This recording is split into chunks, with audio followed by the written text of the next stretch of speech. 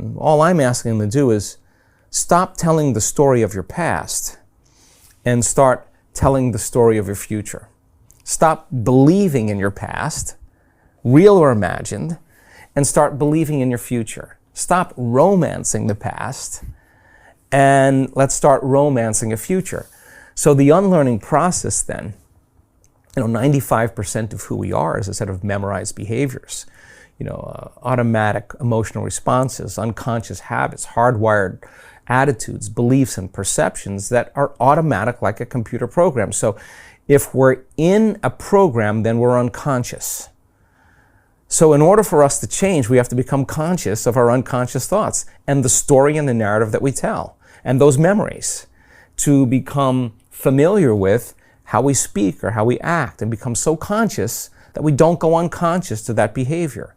And then we have to look at the emotions that we live by every single day and realize, are these emotions loving to me? And then all of a sudden name it. Wow, this is actually guilt. I just didn't know it was guilt. Or unworthiness. It's just how I normally feel.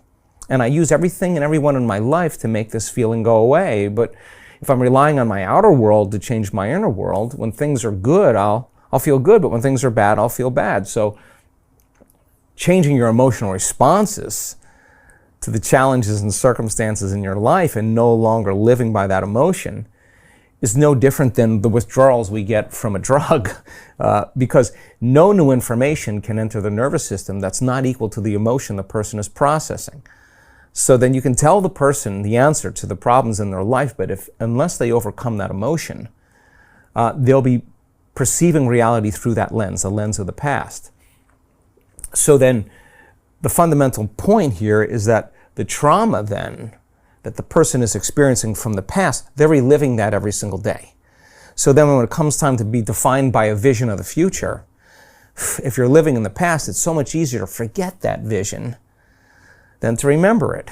So how do we remember the vision of the future? Well, we got to feel the feeling of the emotion before it occurs, before the event occurs. And if you're feeling the emotion before the event occurs, if you really practice trading resentment or impatience or sadness for an elevated emotion, you teach people the science behind that.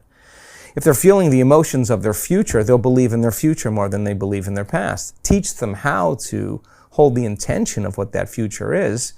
And you take that thought and the feeling, the image and the emotion, the stimulus and response, and you can actually condition the brain and body to a different state of being.